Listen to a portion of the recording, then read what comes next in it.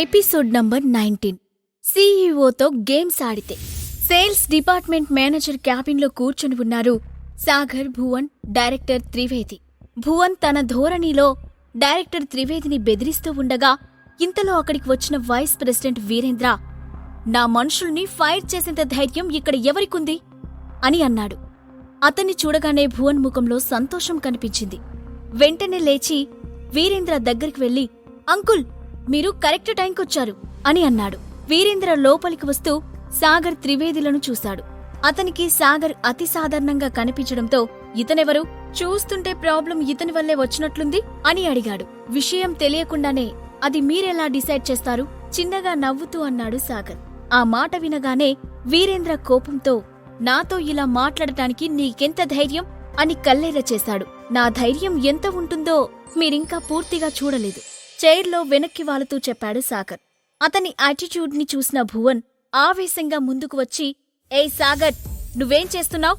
మా అంకుల్ ముందు ఇలా ప్రవర్తించి అతన్ని అవమానించాలనుకుంటున్నావా అని అడిగాడు.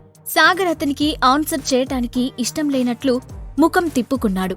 వీరేంద్ర కూడా ఏం మాట్లాడకుండా సాగర్ వైపు ఒకసారి సీరియస్ గా చూసి పక్కనే ఉన్న త్రివేదితో, త్రివేది, మనిద్దరి మధ్య ఇంతవరకు ఎలాంటి ప్రాబ్లమ్స్ లేవు, అవునా అని అన్నాడు. ఆ ప్రశ్నకు త్రివేది ఏదో సమాధానం చెప్పబోతూ ఉండగానే మధ్యలో భువన్ మాట్లాడుతూ, అంకుల్, ఇతను నన్ను ఫైర్ చేయాలని చూశాడు అని చెప్పాడు. అవునా అని అడిగాడు వీరేంద్ర. అతని కళ్ళు అప్పటికే ఆశ్చర్యంతో ముడుచుకున్నాయి.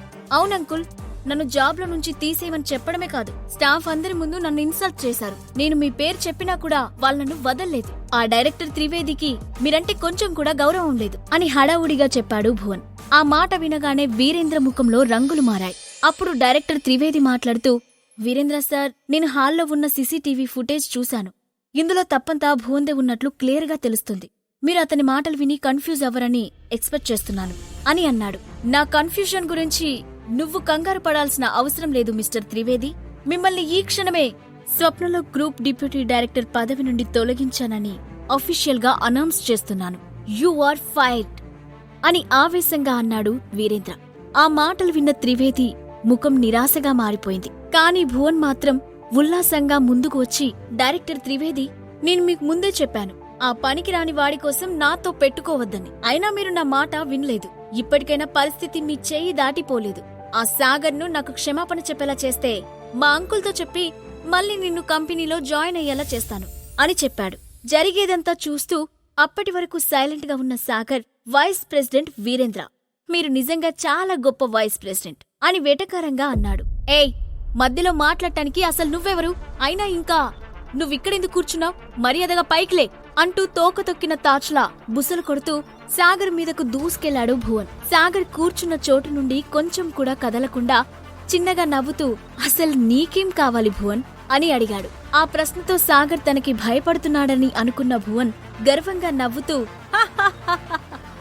నువ్వు చేసిన దానికి మా స్టాఫ్ అందరి ముందు నువ్వు మోకాలపై కూర్చొని నన్ను క్షమాపణ వేడుకోవాలి అని అన్నాడు. ఆ మాట వినగానే ఆ గది ఒక్కసారిగా నిశ్శబ్దంగా మారిపోయింది. భువన్ చాలా ఓవర్గా అడుగుతున్నాడని వీరేంద్రకు కూడా అనిపించింది. కానీ విషయం ఇప్పటికే చాలా దూరం వచ్చినందువల్ల అతను మధ్యలో భువన్ను ఆపాలనుకోలేదు. ఇప్పటికే స్టాఫ్ ముందు భువన్ గౌరవం పోవడం వల్ల అతను ఇలా చేస్తేనే తిరిగి తన గౌరవాన్ని పొందగలడని అనుకున్నాడు వీరేంద్ర. కానీ అక్కడి నుంచున్న డైరెక్టర్ త్రివేది మాత్రం చూస్తూ ఊరుకోలేకపోయాడు. దాంతో అతను, మిస్టర్ భువన్, నువ్వు చాలా దూరం వెళ్తున్నావు, ఇది మంచిది కాదు అని హెచ్చరించాడు.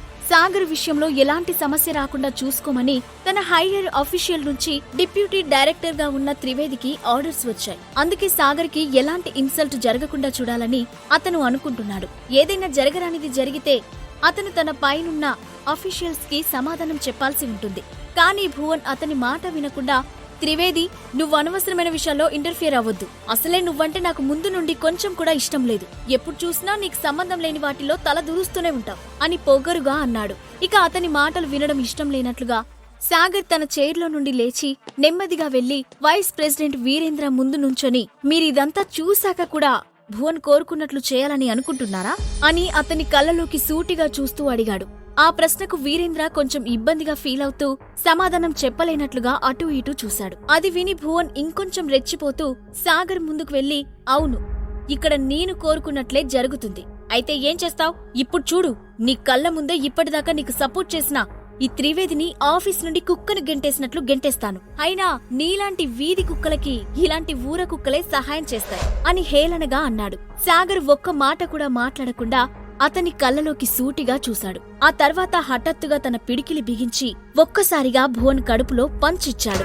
ఆ దెబ్బకు అబ్బా అని అరుస్తూ పొట్టపై చేయి పెట్టుకుని నేలపై మోకాలతో కూర్చుండిపోయాడు భువన్. కాని వెంటనే ఎర్రబడ్డ కళ్ళతో సాగర్ వైపు చూస్తూ, రే యూజ్లెస్ ఫెలో, నా మీద చేయి చేసుకుంటావా? ఈ రోజు నీ ప్రాణాలు తీయకపోతే నా పేరు భువన్ కాదు అని ఆవేశంగా అరుస్తూ పైకి లేచాడు. భువన్, నువ్వు చాలా దూరం వెళ్తున్నావు, ఇక ఆపే అని అతన్ని ఆపడానికి ప్రయత్నించాడు వీరేంద్ర.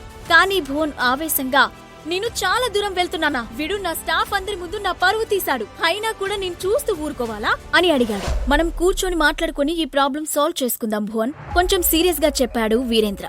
అప్పటిదాకా వీరేంద్ర అండ చూసుకుని రెచ్చిపోయిన భువన్ కు వీరేంద్ర అడ్డు చెప్పడంతో సాగర్ వాళ్ళిద్దరిని చూసి చిన్నగా నవ్వుతూ, ఇప్పుడు మ్యాటర్ కొంచెం ఇంట్రెస్టింగ్ గా మారింది, ఈ విషయం ఎలా డీల్ చేస్తారో నేను కూడా చూడాలనుకుంటున్నాను అని అన్నాడు. దాంతో వీరేంద్ర అతని వైపు విసుగ్గా చూసి, ఇక నువ్వు చూడటానికి ఏమీ లేదు మిస్టర్ సాగర్. మా భువన్ కోరుకున్నట్లు నువ్వు మోకాళ్లపై ఉండి క్షమాపణ అడిగితే ఈ విషయం ఇంతటితో క్లోజ్ అయిపోతుంది. అలాగే జరిగిన పరువు నష్టానికి నష్టపరిహారంగా నువ్వు భువన్కి 1 కోటి రూపాయలు ఇవ్వాలి అని చెప్పాడు. వైస్ ప్రెసిడెంట్ వీరేంద్ర, మీరు చెప్తున్నది కరెక్ట్ కాదు. వెంటనే అతన్ని వారించబోయాడు అక్కడే నుంచొని ఉన్న director Trivedi. Stop it Trivedi, ఈ విషయంలో మాట్లాడటానికి మీకు ఎలాంటి అర్హత లేదు. ఇకపై నువ్వు స్వప్నలోక్ మీడియా గ్రూప్ లో మెంబర్వి కావు, కాబట్టి మర్యాదగా నువ్వు బయటికి వెళ్ళు, లేకపోతే సెక్యూరిటీని పిలిపించి పంపించాల్సి ఉంటుంది అని అన్నాడు వీరేంద్ర. ఆ మాటలు విని సాగర్ ముఖం కోపంతో ఎర్రబడింది. అయినా కంట్రోల్ చేసుకుంటూ, మిస్టర్ వీరేంద్ర, ఒక వైస్ ప్రెసిడెంట్ పదవిలో ఉండి మీరిలా చేయడం కరెక్టేనా అని అడిగాడు. ఎందుకు కరెక్ట్ కాదు? దారిన పోయే నీలాంటి వాళ్ళందరూ వచ్చి నా మేనల్లుడిని అతని ఆఫీస్లోనే ఇన్సల్ట్ చేస్తూ ఉంటే నేను చూస్తూ ఊరుకోవాలా? కుదరదు. అతను కోరుకున్నట్లు నువ్వు మర్యాదగా క్షమాపణ చెప్పి నష్టపరిహారాన్ని ఇచ్చి వెళ్ళు, లేదంటే ఈ రోజు ఇక్కడి నుంచి నువ్వు సేఫ్ గా బయటకు వెళ్లలేవు అని బెదిరించే ప్రయత్నం చేశాడు వీరేంద్ర. ఆ మాటలు విన్న భువన్ ముఖంలో పోయిన ధైర్యం తిరిగి వచ్చింది. దాంతో అతను, అంకుల్, మనం ఈరోజు వీడిని వదలకూడదు, వీడి ప్రాణాలు తీయాలి అంటూ వెంటనే తన ఫోన్ తీసి ఎవరికో కాల్ చేశాడు.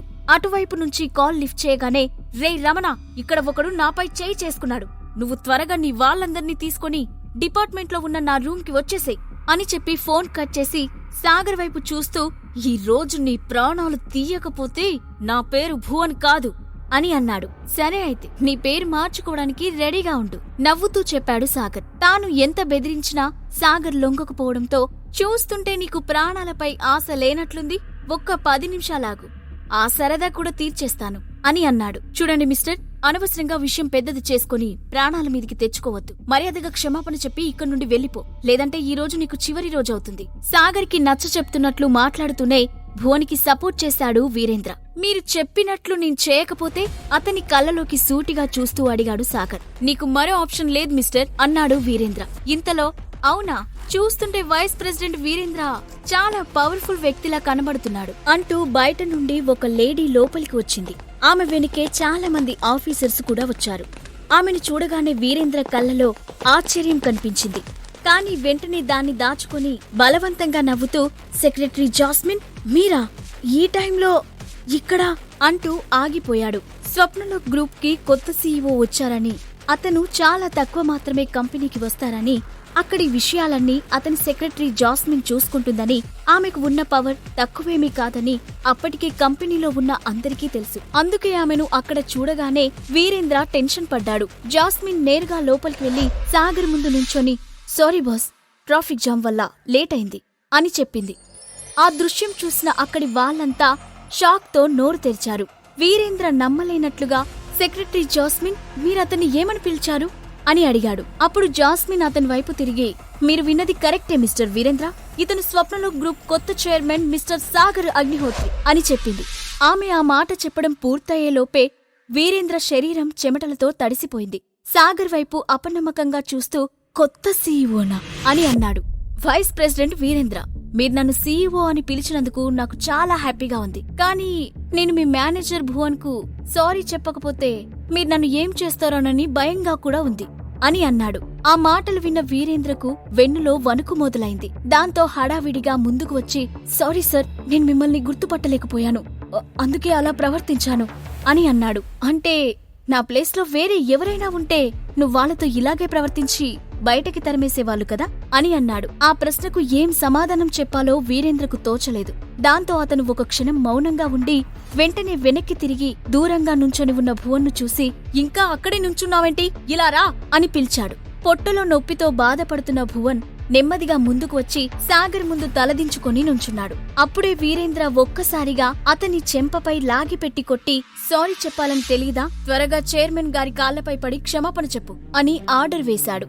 భువన్ మారు మాట్లాడకుండా సాగర్ ముందు మోకాలపై కూర్చొని, ప్రెసిడెంట్, నేను తప్పు చేశాను, నన్ను క్షమించండి అని అడిగాడు. వెంటనే వీరేంద్ర కూడా, జరిగిన దానికి క్షమించండి సార్, భువన్కి ఎలా బిహేవ్ చేయాలో తెలీదు, నేనతనికి తెలిసేలా చేస్తాను అని అన్నాడు. ఇంతలో ఆఫీస్ రూమ్ డోర్ ఒక్కసారిగా ఓపెన్ అయింది. కొంతమంది కుర్రాళ్లు బేస్బాల్ బ్యాట్లతో లోపలికి తోసుకుంటూ వచ్చారు.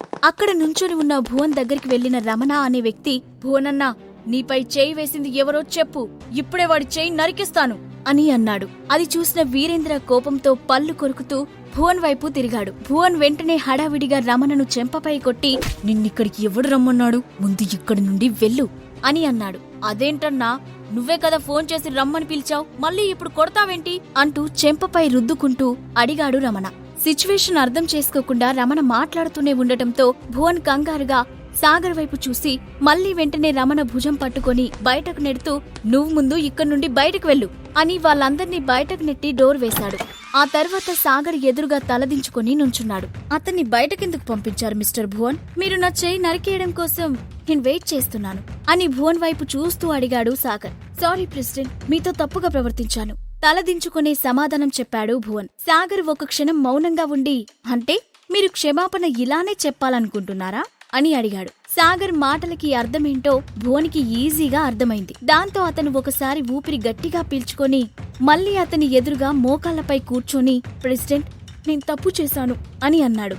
మీరేం మాట్లాడారో నాకు క్లియర్గా వినిపించడం లేదు మిస్టర్ భువన్ అతని వైపే చూస్తూ చెప్పాడు సాగర్. అతను కావాలనే మళ్లీ అడుగుతున్నాడని తెలిసి భువన్ ఏం చేయలేకపోతూ ఈసారి మరికొంచెం పెద్దగా, ప్రెసిడెంట్, నన్ను క్షమించండి, దయచేసి నన్ను క్షమించండి అంటూ సాగర్ కాళ్ళు పట్టుకున్నాడు.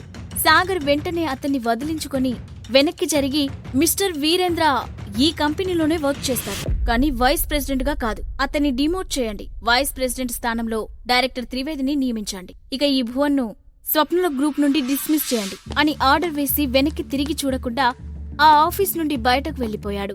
అతను గ్రౌండ్ ఫ్లోర్ కి వచ్చేటప్పటికి అఖిల, రజిత అతని కోసం వెయిట్ చేస్తూ అక్కడే నుంచొని ఉన్నారు. అఖిల ప్రశ్నలకు సాగర్ ఏం సమాధానం చెప్పబోతున్నాడు, భువన్ తనకు తెలిసిన నిజాన్ని అఖిలకు చెబుతాడా?